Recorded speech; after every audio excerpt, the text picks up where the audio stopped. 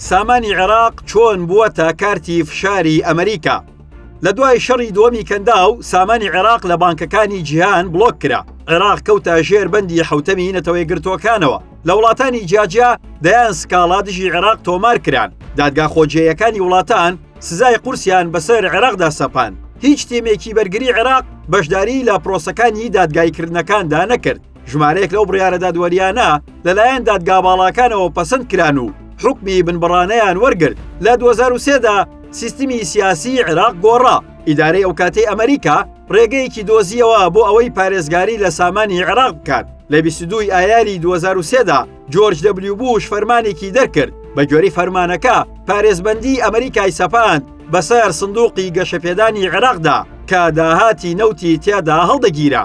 ئامانجەکە پاراستنی ئەو سامانە بوو لە گێچەڵە یاساییەکان. زیاتر لە 20 ساڵە واشنتن کار بەو فەرمانە دەکات. ئیدارەی جۆ بایدن بە مەرسومێک باری لە ناکاوی نیشتیمانی پەیوەست بە ڕەوشی عێراقی بۆ ساڵێکی دیکە درێژ کردوتەوە. بە گوێرەی مەرسومەکە هێشتا ئاستەنگ لە بەردەم بنیادنانەوەی ڕێکخراوی عێراق ماون. ئاسایش و ئۆقرەی عێراق پێویستیان بە پارێزگاریە. دامەزراوە سیاسی، ئابووری و کارگێڕیەکان پێویستیان بە پێشخستنە. مەرسومەکە تێیدا هاتووە ئەو ئاستەنگانە هەڕەشەیەکی نائاسایین بۆ سەر ئاسایشی نەتەوەیی و سیاسەتی دەرەوەی عێراق و ئەمریکا. هەر بۆیە جۆ بایدن بڕیاریدا بە گوێرەی فەرمانی 13303 باری نائاسایی نیشتیمانی درێژ بکرێتەوە. فەرمانی 13303 چییە؟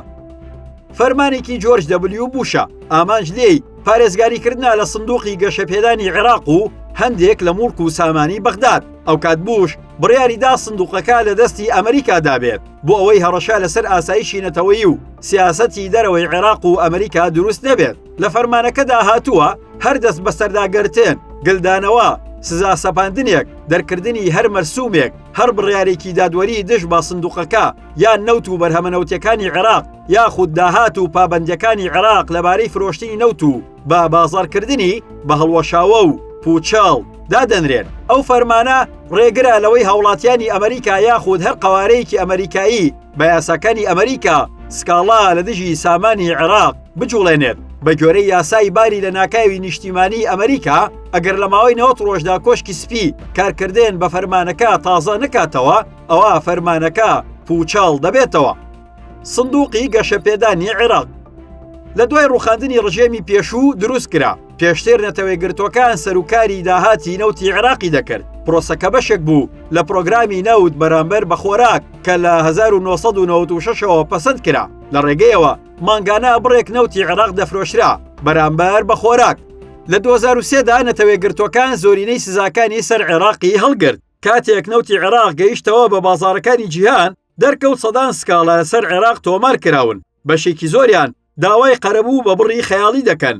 گوایە بەهۆی شەڕی کۆیتەوە زیانیان بەرکەوتووە. مەترسی ئەوە هەبوو دەست بگیرێت بەسەر سامان و داهاتی نەوتی عێراقدا ڕێگە نەدرێت بگەڕێتەوە بۆ وڵاتەکە. ئەمەش ئیدارەی ئەمریکای ناچار کرد فەرمانی 13303 دەربکات. بە گوێرەی فەرمانەکە سامانی عێراق هاوشێوەی سامانی ئەمریکا مامەڵەی لەگەڵدا دەکرێت. لە 2010دا بە بڕیاری نەتەوەی گرتوەکان سندوقی گەشەپێدانی عێراق هەڵوەشێنرایەوە. هاوکات هەموو پابەندیە نێودەوڵەتیەکان کە پارێزبەندیان بۆ سامانی عێراق دروست کردبوو نەمان. لە بری سندوقەکە هەژمارێکی سەر بانکی ناوەندی عێراق لە بانکی فیدراڵی ئەمریکا کرایەوە. هەموو داهاتی نەوتی عێراق خرایە سەر ئەو هەژمارە. ساڵانە ئەمریکا کارکردن بە فەرمانەکان وێ دەکاتەوە بۆ پارێزگاری لەو داهاتەی لە بانکی فیدراڵی وڵاتەکەدایە. ئەم پرۆسەیە هەژمونی ئەمریکای بەسەر بەغدادا زیاتر سەپاندووە چونکە سەرجەم داهاتی نەوتی عێراق لە دەستی بانکی فیدراڵی ئەمریکایە. هەرکات ئەمریکا بیەوێت دەتوانێت لەو ڕێگەیەوە فشار بخاتە سەر بەغداد وەکەوەی دۆناڵد ترامپ سەرۆکی پێشووی ئەمریکا کاتێک بەغداد داوای کشانەوەی هێزابیانیەکانی دەکرد وەک چەکێکی هەڕەشە بلۆکردنی ئەو هەژمارەی بەکارهێنا. بە بۆچوونی شارەزایان کێشەی داهاتی عێراق پێویستی بە چارەسەرێکی بنەڕەتی سیاسی و یاسایی هەیە. دەبێت عێراق بکەوێتە گفتوگۆوە لەگەڵ سکاڵاکاران هەوڵی گەیشتن بە ڕێککەوتن بدات. بەشێکی ئەو پارەی داوای دەکەن بیانداتێ ڕەنگامە ئاسانترین ڕێگە بێت چونکە لایەنی سکاڵاکار بۆی گرنگە بەشێکی ئەو پارەی داوای کردووە بگاتە دەستی و لەوە باشترە هەر نەگات. عێراق ناتوانێت پەنا بباتە بەر دادگاکان چونکە بەشێکی زۆر لە بڕیارەکان پلەی بنبڕیان وەرگرتووە. ئەو بابەتە پێویستی بە پێکێنانی کۆمپانیایەکیان لیژنەیەکی باڵا هەیە کە بە ناوی عێراقەوە بکەوێتە دانوستان لەگەڵ لایەنەکان. ئەمەش لە وڵاتێکدا کە گیرۆدەی فرەدەسەڵاتی و بیرۆکراتیە کارێکە لە ئەستەم دەچێت. هەر بۆیە کۆی گشتی داهاتی نەوتی عێراق و سامانی کەڵەکەبووی لە بانکی فیدراڵی ئەمریکا بۆتە چەکێکی کاریگار بەدەست واشنگتنەوە. بەهۆیەوە ڕێگەنادات عێراق لە خولگەی بەرژەوەندیەکانی ئەمریکا دوور بکەوێتەوە.